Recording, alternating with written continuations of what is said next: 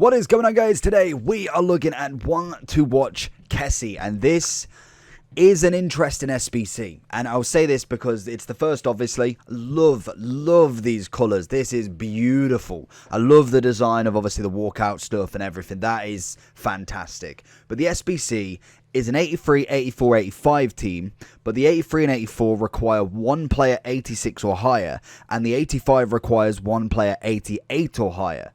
Obviously, mixed in with promo packs, it's not terrible, but that is something to basically make sure that you're not caught off guard, because I didn't, obviously with the chemistry not being there as such, I did think they're going to have to do something else if it's more requirements of players.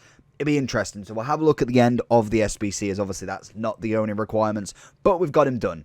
84 CDM. He has the alternative position of a centre mid, 6 foot high. He has got the chance of obviously a Barcelona winter watch or winter upgrade, as well as a nation to upgrade. I'm not too sure if Ivory Coast are in the World Cup or the United Nations Cup, whatever that is.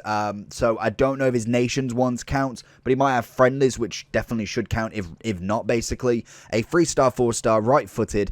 Stats wise is looking okay for an 84. We've got solid player and team player as his 2 traits, so I'll be interested to see how this card performs. He looks like he should be a pretty solid unit. If we go into him, he's 72k on the market. The chemistry style people are saying, if we go all the way down, is obviously that shadow. Of course it'll be. So with the shadow, we get the +8 obviously on that pace, which goes up to 86. Then we also get 89 defending. We've got good physicals on him, great stamina, good composure, to be honest. Agility balance a little bit less, but again, a nice CDM there. Reactions are okay, ball control is okay, good short pass, and a little bit of shot power if you're feeling a little bit spicy. So let's jump him into the team. We're going to try and make some sort of La Liga team around him and just see what he can do.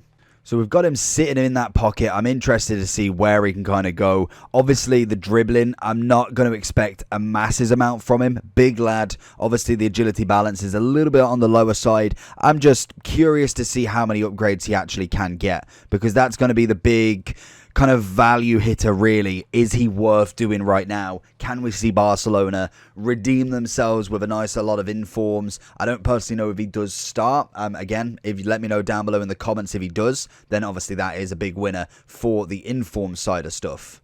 Into Kessie, into that midfield. The only thing that I do hope is the passing is semi-good from him, because that is a vital role. We saw that with Xabi Alonso yesterday in that. Oh, okay, that's a big challenge. Only a yellow, wow. But that's what we saw with Xabi Alonso yesterday. I've accidentally passed that.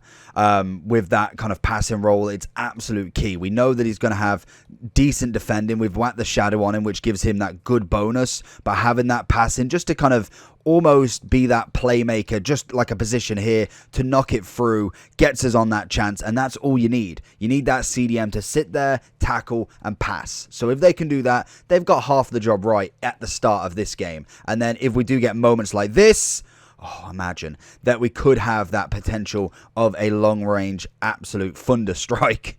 There he is. We want him there, sitting in that mid. We're going to try and cover with him. He's gone for that through ball every time. Going to come across goal. Mendy with a save. The good thing as well, in the box, he's an absolute unit. 6 foot. I think he's just 6 foot on the dot. He seems like he's absolutely massive. I don't know if it's I've just got a small team, but seems absolutely massive as he's let that play go through. Jesus in miles of space, and we've absolutely screwed it. Go one more. Jesus! What a save. Honestly, it gets harder and harder to score these goals, I swear. That's a good ball, nearly. Kessie sitting on the edge. Can we find him? Get that header back. No. Back in one. Turn. There he is. Let him roll through his feet. Go for that power strike. So we will get one. We will get that edge of the box. Absolute monster of a shot someday. The problem I'm having with this formation, with the very narrow formation, is I'm just getting absolutely passed around my CDM. Definitely, that's a solid strike. The defensive side of it, I'm obviously still getting used to it, but I feel like he definitely could do more in that position. I'm just wondering how to get the best out of him, really. I know I normally used to play a 4-4-2 by the end of FIFA 22, but it just doesn't seem to have the same sort of effect in this FIFA at the moment. Kessie trying to get himself out of trouble here. Managed to do it. I don't know how. Kessie, lovely little bit of play there. Finds his little pass into Ronaldinho. We see him back, and Kessie runs through, and he's just off there. Just needed that last touch to be in, and then that would have been a beautiful strike from him. And I like his work rate to get back. That is absolutely stunning. That's what you do want to see from a CDM. If he so happens to get kind of slight near the attack, doesn't always happen, as I do like him to stay back personally. But again, sometimes in the game, you just roll with it. Kessie again. Can we get a little round here? Goes for the turn. He's got to go for the thunder. Oh, that is what we wanted to see. Kessie with his beautiful thunder strike in his old colours. That is what you want from Kessie. And that is sometimes where that CDM with the long shots does come into play. Kessie again, he's working his way up the field. You absolutely love to see it. We can't go 2 for 2, can we? You know what, that power, I'm starting to like it more and more. Sometimes it's going to definitely cause a lot of problems. And that is a beautiful one there. We just can't get it. Kessie with a foot. Anthony flicks. There is no way you're giving half time there. Beautiful interception from Kessie. No wasting time, getting straight back on this ball. We find the ball in. Ronaldinho is going to pick a ping. It's got to be. What a save. So going into the overall for Kessie then. So 75,000 coins. He was actually pretty decent, to be honest. If we flip the cards, this is the interesting part. So SBC wise, we've not seen this before. We've obviously lost chemistry, or at least they do have chemistry points, but they haven't implemented that as of yet. I feel like that will come at some point, mainly with the expensive ones. I think Haaland probably will be the first, but this one is. First one, 83 rated squad, one minimum overall 86 or higher, minimum one.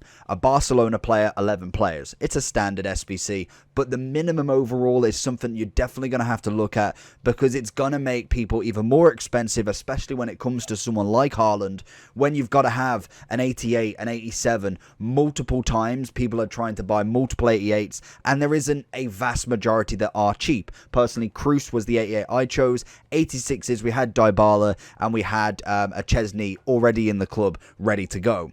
Then obviously you do need your 84s, 85s. It does make it a little bit cheaper because you've got an 88 rate in the team, so you can go and buy a handful of 83s, a couple of 84s to get that done. But it is just something to make sure that you are all wary of, because that will potentially rise the price of them when a card that you really want, you see a centre mid Trent, you see a 5-star Otw. That's going to be where they're really going to ramp up them prices, potentially. I'm not a massive trader, but I just feel like that is where they're kind of going with it.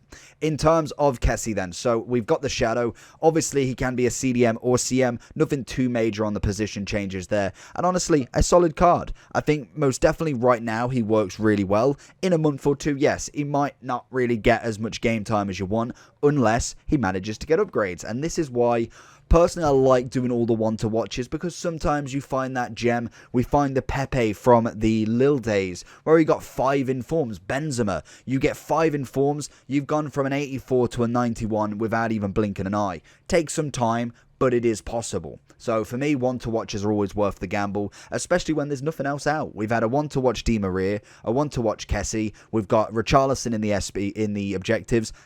You've got 3 of them that could upgrade just from about 100 to 150k of players that you've more than likely got untradeable. Plus, we have the 100k pack / 50k pack from the objectives that they've given us as well, which is more fodder.